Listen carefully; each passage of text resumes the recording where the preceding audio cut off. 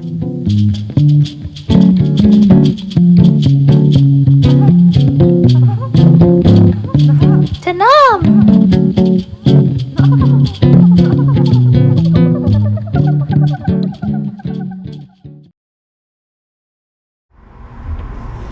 It's very important today because today we're just having a podcast seminar style approach. Podcasts are art. Lots of people, they do talk and they do find it to be enough. So we've got here Wednesday, and there were a lot of things that happened last Wednesday, and there's a lot of things that happened this Wednesday.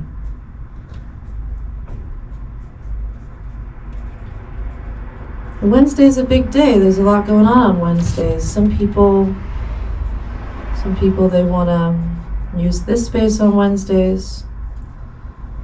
This week is my last Wednesday at my teaching at the other studio, and then Wednesday can be anything. So what are we even gonna do about Wednesdays? I mean,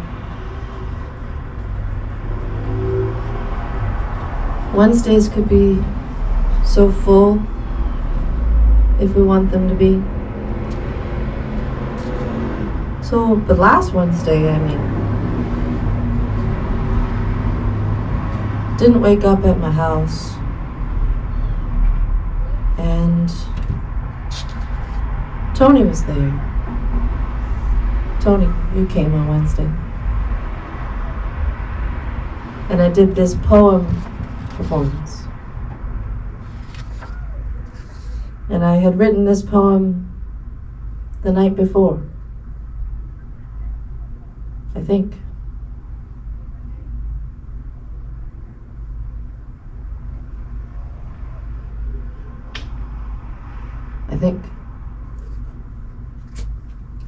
So I did want to analyze the poem, and that's part of Wednesday. Something about, what was this called? It was like lines, and it was called OMG, I Can Cross My Own Boundaries. And it was about, where is the line? What if I don't set it? Is it there? Is it still there? The line is the boundary line. Uncertainty. You don't know what your own boundaries are? We're supposed to know this? Then we're supposed to set them? And if you don't set it, is it there? Is it still there? Of course it's still there. Because you're gonna feel it anyways when you cross your own boundaries. And maybe that's how you know. You find out after you've pushed yourself a little too far. But even then, the body is capable of lots of torture. Tons of it. People go through some nar torture. So, where's the boundary there? I don't know. We torture ourselves. If there is no boundary line, then the final line is death, I guess. And maybe it's all just death is the real boundary. But then who knows what happens after you cross that line. So, yeah. Nation's borders. The line I drew, is it as real as a nation's border? Does the landscape match and say, no, I am not one with the other side. I speak with words I made up. Inter, not intra.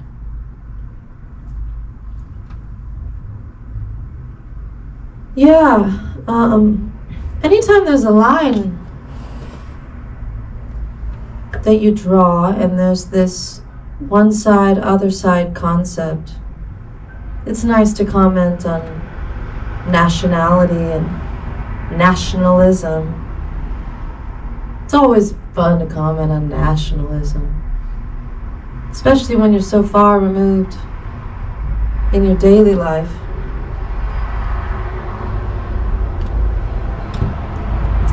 And me and Tony talked about this one. I speak with words I made up, as if anyone could make up their own words and really be understood. Which, no, you can. You get a couple words in life. And your friends know them. And they can be yours, I guess. But they're not actually yours, because where'd you get those letters? Okay? And maybe outside of letters and sounds, there's plenty of and and things that we do say. But who actually made that up? And it's probably just your DNA. So, anyhow.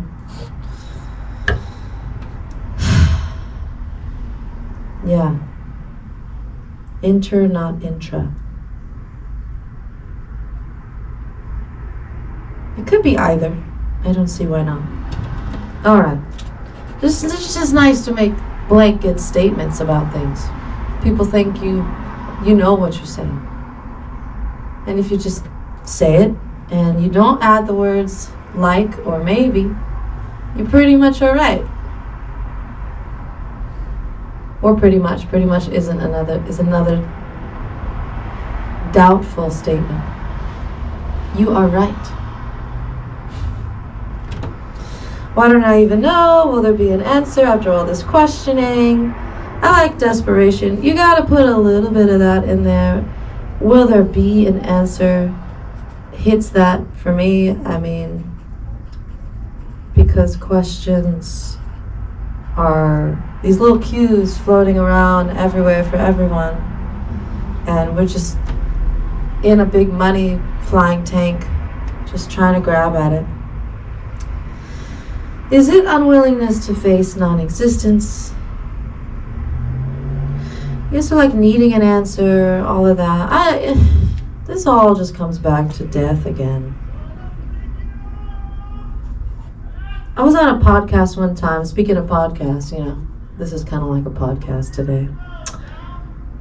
And I remember talking about lyrics, and I've been writing lyrics since I was 8 years old. And there was a point in lyric writing where things stopped rhyming and everything became everything. Like every metaphor could be extended so far that you could just say that DNA is related to pencils and tables are related to cats, and there's no reason why not. So what does that have to do with this? I mean, the next thing I say in here is, let me tie you to this volleyball pole. Which, for lyric writing, you just gotta stick random crap in sometimes. Random imagery that takes you out of the color scheme that you were once in. This whole thing was sort of dark, smoky tones, and all of a sudden it's a volleyball pole, which is a lot clearer and often used on a sunny day. It could be willing. Well, the movement, the everything about volleyball, I mean, come on, blah, blah. And this isn't a volleyball. See, I don't even know if I'm getting the word right. It's like there's volleyball, and then there's a pole, and now it's tetherball, and it was tetherball all along. But no one knows the difference because you just imagine a ball and a pole, and who cares? So you can just be wrong and say things, but if you don't add maybe, like, or perhaps, or doubtful words in there, it's true. It could be willing to give rise to storage, that one quenchless.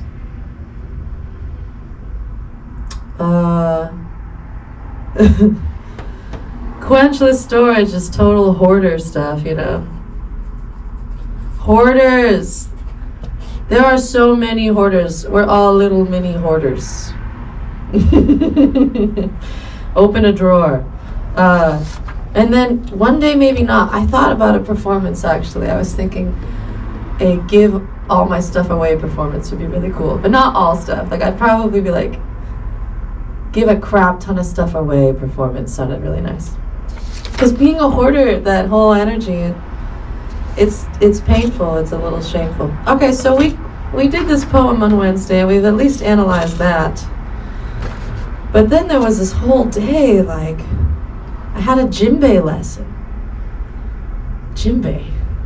Because I don't know how to play this damn djembe I bought. And I went over there, and the way the guy described it, I first off jumped in the water because it's by the beach. OP. This guy Ignacio makes djembes with his partner Natasha. And they're over there like doing some gnarly rhythmic pattern practicing, and I just show up like, can you show me how to hit this thing?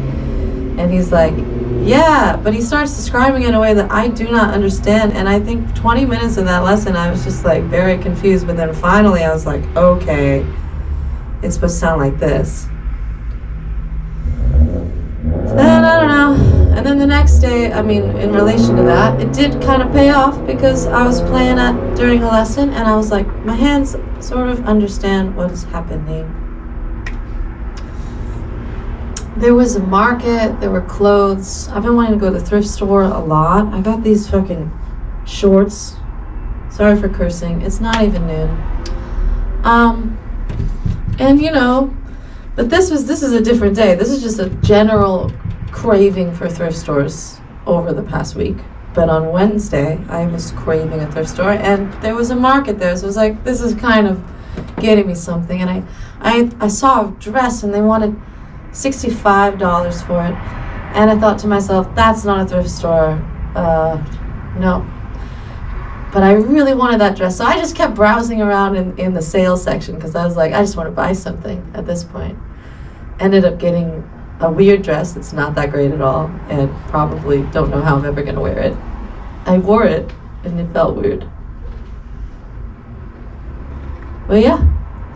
So, went on to Calabash wearing that dress. It was inappropriately short. And that was good. So, Calabash. I think I taught all these lessons. It was like, yeah, 2 o'clock, my student is having some personal issues. My 2 p.m. client there's a lot of just personal conversation. Not a lot of ukulele playing. It's supposed to be a ukulele lesson. We know this. This has happened to anybody in human work spaces. Yeah, that was cool. All right. Other people came around. Serious preteens. Serious about getting better. Other serious preteens. Serious, practicing, asking questions. I cannot get enough questions. And I tell everyone, I'm like, can you just come back with questions? Or like, I know you don't care. You don't care. Like, if you don't have a question, you don't care. And then that's what I tell them. And some of them come with questions now because I've just realized this is dumb, you guys. And I love calling young people out on stuff because it's your only job. It's like our greatest duty is to call out people in the ways that provide just the right amount of shame. And you know, that's 15 minutes, I guess. We didn't analyze all of Wednesday, but basically I sang in a jazz jam after. And that was good. I like jazz.